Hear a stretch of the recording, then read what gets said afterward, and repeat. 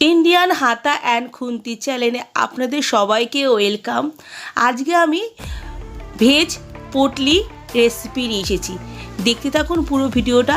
আশা করি ভিডিওটা আপনাদের খুবই ভালো লাগবে, খুবই ইন্টারেস্টিং ভিডিও। দেখুন, আমি একটা পাত্রে জল নিয়ে নিয়েছি, তার মধ্যে কিছু আলু কেটে নিয়ে নিয়েছি, যতটা পরিমাণ পুর দেবো ততটা আলু দেবো, আর কিছু কড়াইশুঁটি দিয়ে দিয়েছি, একটু স্বাদ মতো লবণ দিলাম।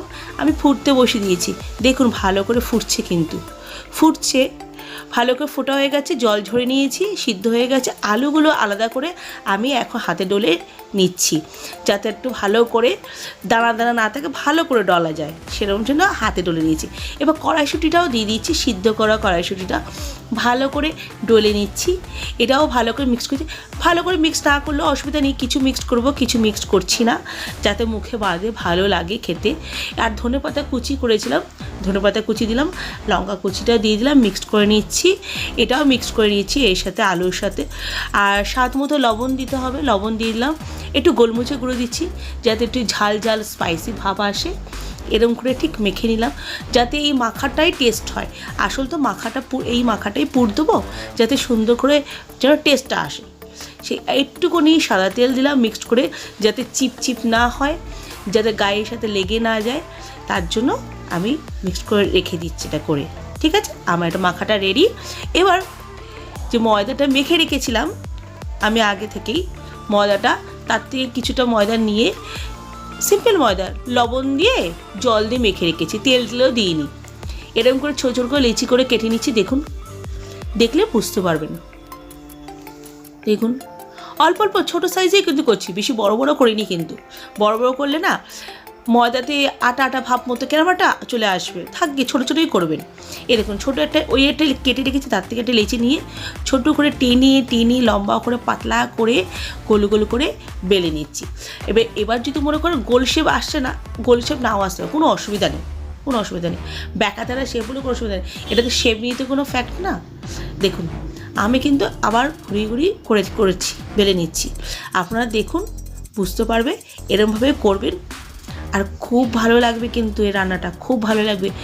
যখন গরম গরম খাবেন না, মুখে লেগে থাকবে, মানে চায়ের সাথে খেতে ইচ্ছে করবে, সসের সাথেও ভালো লাগে।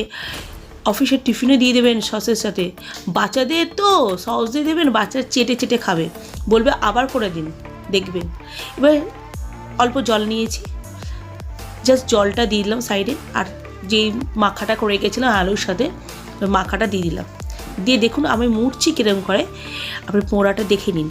একটু কিন্তু এর মধ্যে এয়ার নেই, হাওয়া কিন্তু ঢোকেনি, সেরকম করে আমি করব। এবার ঘুরিয়ে একটু জল দিলাম, যেহেতু এর সাইডে কিন্তু আটকে নিলাম। এবার এই মুখটা দেখুন খারাপ হয়ে আছে, আমি কিন্তু গুটিয়ে দিলাম। দেখুন গোলাপের মতো লাগছে, কিন্তু দেখছেন কি সুন্দর গোলাপের মতো, কিন্তু এটা কিন্তু পুটলি ফ্রাই, খুব সুন্দর লাগবে। দেখুন, আমি দেখুন পরিমাণ মতো, আবার বেশি কিন্তু নেবেন না, তাহলে আবার ঘোরাতে গিয়ে মুড়তে গিয়ে ফেটে যাবে। সেরকম বুঝে নেবেন কতটা নেওয়া যায়, আর যেন এয়ার না থাকে এইটুকুনি জানবেন। এয়ার থাকলেই কিন্তু এটা যখন তেলে দেবেন, ছাড়বেন, তখন ফুলে যাবে, লুচির মতো ফুলে গিয়ে কিন্তু ফেটে যাবে। সেই জন্য একটু খেয়াল রেখে করবেন। খুবই সুন্দর রেসিপিটা, একটু মনোযোগ দিয়ে দেখবেন। এখন একই পদ্ধতিতে আমি কিন্তু করে দেখিয়ে দিচ্ছি, আবার করে দেখিয়ে দিচ্ছি। আমি এরকম করেই আমি অনেকগুলো বানিয়ে নিয়েছি এক্সট্রা, যাতে আপনাদের ভালো করে দেখাতে পারি। দেখুন, আমি ঠিক এরকম করে মুটলাম, এবার ওপরেরটাকে গুটিয়ে দিলাম। এই দেখুন, এরকমভাবে করেছি। দেখুন কতগুলো বানিয়ে নিয়েছি, আরও অনেকগুলো বানিয়ে নিয়েছি। এবার একটু জল বসিয়ে দিয়েছি গরম হতে, এক গামলাটা জল গরম হয়ে গেছে, ওপরে ফুটো ফুটো ঝুড়িয়ে দিয়ে তার উপরে এই যে পুটলিগুলো বসিয়ে দিয়েছি। পুটলি এখন ফ্রাই করিনি, বসিয়ে দিয়েছি সিদ্ধ হতে, ওপরে ভাপে সিদ্ধ হয়ে গেছে সিদ্ধ। আমি একদিকে আবার কড়াই বসিয়ে দিয়েছি, তেল গরম হতে, সাদা তেল। এই দেখুন, এগুলো গরম হয়ে গেছে, আমি নামিয়ে দিয়েছি, ভেপে গেছে। এখন আমি তেলের মধ্যে দিয়ে দিলাম, তেলটার মধ্যে দিয়ে এখন হালকা হাতে নাড়াচাড়া করবো। মিডিয়াম হিটে রেখেছি, হাই হিটে রাখবেন না, তাহলে পুড়ে যাবে, আবার লো হিটেও রাখবেন না, তাহলে তলে আটকে যাবে। ঠিক আছে, সব দিকে মেনটেন রেখে করবেন, খুব সুন্দর হবে রেসিপিটা, খেতে সুন্দর হবে। বাড়িতে আত্মীয় স্বজন আছে, লোক আসবে, যে কোনো গেস্ট আসলে তাকে খাওয়াবেন। ওফ, কোন রেস্টুরেন্ট থেকে নিয়ে এসেছেন বলতে বাধ্য তারা, এত সুন্দর। নিজেরা আগে করবেন, খাবেন, তারপরেও লোককে খাওয়াবেন। তাহলেই তো ভালো না। আমি যেরকম নিজে আগে ফার্স্টে করে নিয়ে দেখি যে হ্যাঁ রেসিপিটা ভালো লাগছে, তাহলেই তো আমি বন্ধুদের দিই, তাহলেই আপনাদের দিই, আপনারাই তো আমার বন্ধু। তাই জন্য আপনাদের পরে আমি দেখাই। দেখুন আবার বানিয়ে দেখাচ্ছি, দেখুন কেমন হয়েছে।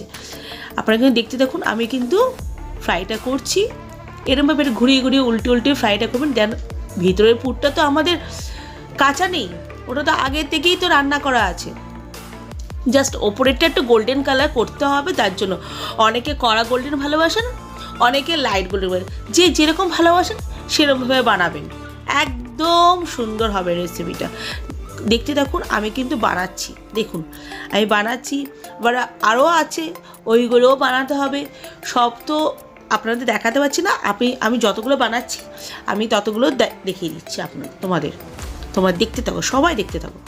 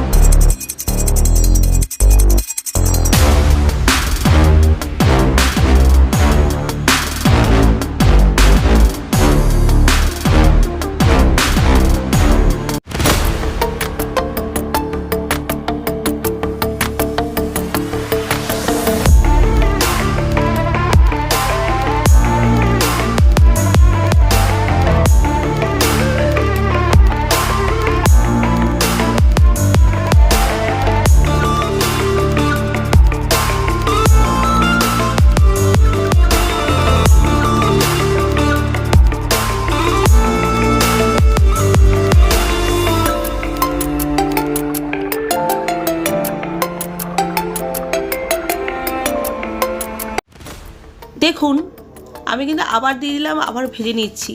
আপনারা দেখছেন তো ভালো করে, এই রান্নাটা কিন্তু আপনারা করবেন, খুবই সুন্দর খেতে।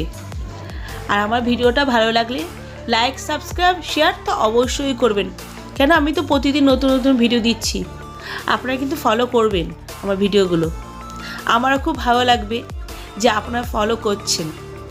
দেখুন আমার কিন্তু ফ্রাই হয়ে গেছে, কিছু কিছু বোঝাই যাচ্ছে দেখে। আমি এক এক করে সাইড করে তুলে নিচ্ছি। দেখুন বেশি ফ্রাই করব না, করলে কিন্তু পুড়ে যাবে। জাস্ট ওপরেটা গোল্ডেন কালার করারই কথা, তাই গোল্ডেন কালার করলাম। এরকম করে উল্টে পাল্টে আপনারা কিন্তু মিডিয়াম হিটে রেখে করবেন, একদম হাতে সময় নিয়ে করবেন, খুব সুন্দর হবে রেসিপিটা। করবেন, খাবেন, আমাকে অবশ্যই জানাবেন, আমার খুব ভালো লাগবে।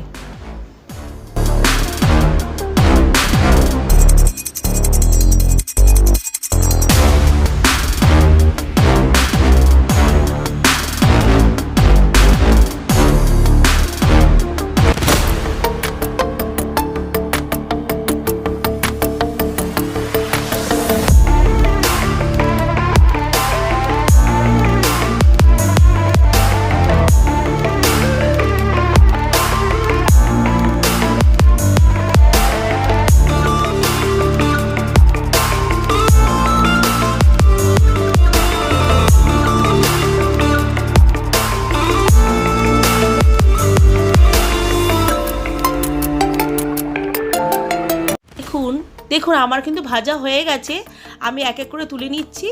দেখুন তেল ছেঁচে নিয়েছি, তুলে নিয়েছি। দেখুন ট্রেতে সুন্দর করে সাজিয়ে দিয়েছি। আগে ট্রেতে কাঁচা ছিল, এখন এটা ভেজে রেখে দিয়েছি। কেমন লাগছে বলবেন। আজকে দিনের টাটা, কালকে আসছে নতুন